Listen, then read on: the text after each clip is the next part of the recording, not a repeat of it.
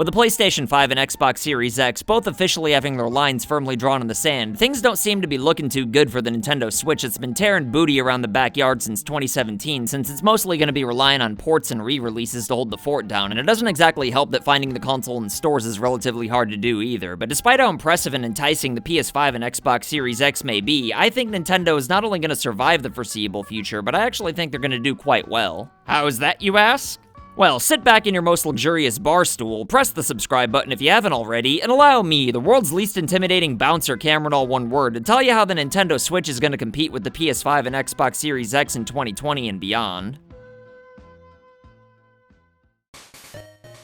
Okay, so even though most of the content I make on this channel is Nintendo related, it doesn't mean that I'm a fan man who's gonna bury the PS5 or Series X, because I'm definitely excited for both of these new consoles, and I'm not saying that Nintendo's gonna destroy them or anything like that either. In fact, I'm pretty sure they're both gonna clean house right out of the gate, but I am saying that Nintendo's gonna keep coasting for quite a while, despite all the problems that these two new consoles are gonna pose for them in the long run. And make no mistake about it, there's definitely gonna be some problems for the above average sized end that are gonna start in the 2020 holiday season that they're gonna have to deal with eventually. So before I tell you how Nintendo's gonna keep thriving, first we've got to talk about all the challenges they're gonna be facing, with the most obvious one being the increased power that the PS5 and Xbox Series X are bringing to the table. I mean, if you thought that the Switch was having enough trouble getting watered down, albeit portable multiplats, around a year or more after they already came out on the PS4 and Xbox One, then just wait and see how many it's gonna be getting from this point forward now that all the new consoles are gonna be bringing ray tracing and all that hoopla to the table. Not to mention the fact that Switch cartridges that hold more than 8 gigabytes are still expensive as all hell to manufacture, which means that if you're a AAA developer bringing games to the Switch, then they might as well just be digital, since you're either going to pay an assload of money for the cartridge or make people download 90% of the game anyway. And it'd be one thing if the Switch were at least considerably cheaper than the new consoles, which for the most part it is, but the Xbox Series X is going to be the same price at $300, and even though it may be digital only and an ass hair watered down compared to the Series X, it's still a friggin' next-gen console for $300 that's going to be able to play all the same games as the Series X. So if you don't give a monkey's nutsack about physical media in 2020, and there's actually a lot of people who don't, then this is actually a pretty enticing deal that I could even see a lot of people buying on impulse. To be fair though, the Switch Lite's only $200, which makes it the cheapest console on the market, but even though Nintendo's been getting more of their consoles back into stores after the pandemic kicked them into Peter, they're still pretty hard to come by in 2020, and besides, while many of us love portability, there's assloads of people who really don't care about it at all, so if you only plan on playing games on your TV anyway, then the Series S could be a force to be reckoned with.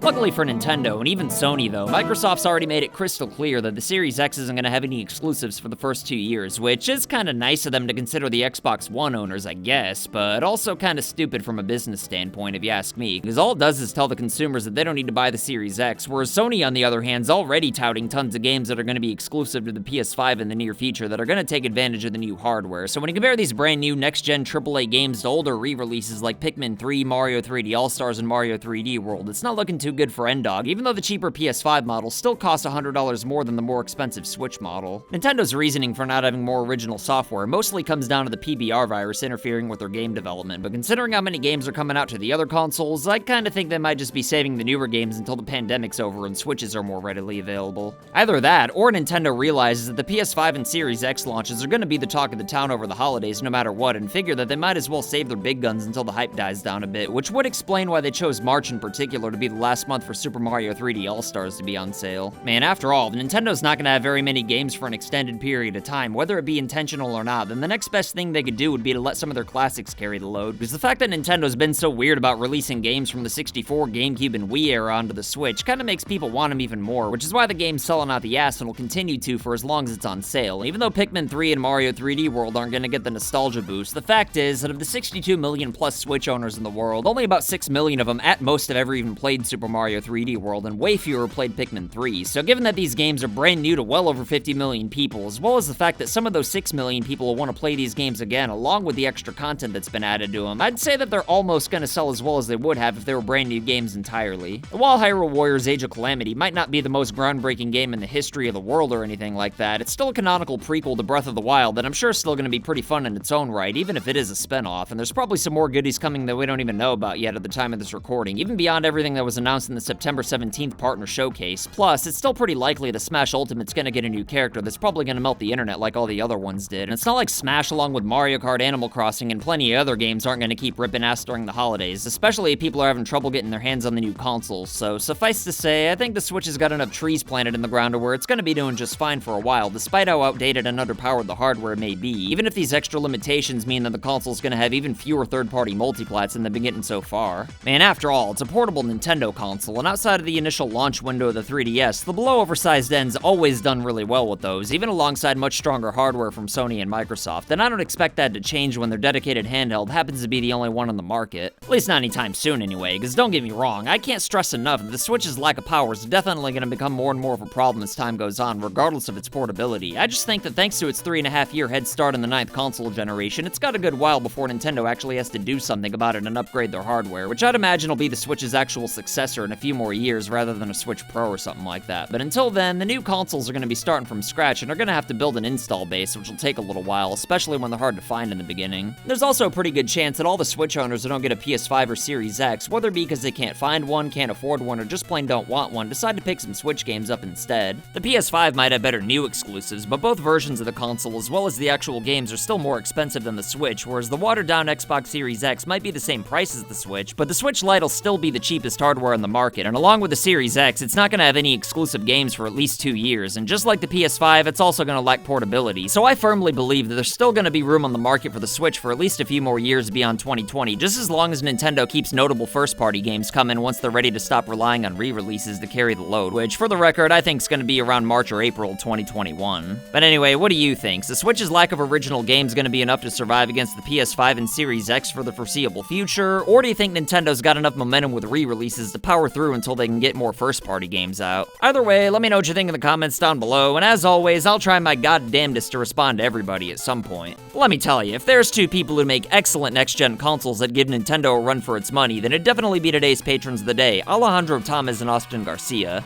If you want to be badasses like these two, then consider supporting FU Game Crew on Patreon for loot boxes and silly rewards in the mail. Send pictures or videos of you rocking merch if you want to make cameos in my videos, and follow me on Twitch if you ever want to hang out whenever I play video games sometimes. My name's Cameron, all one word, and I'll see you next time. So I want to say thank you to your loyalty, thank you for your support.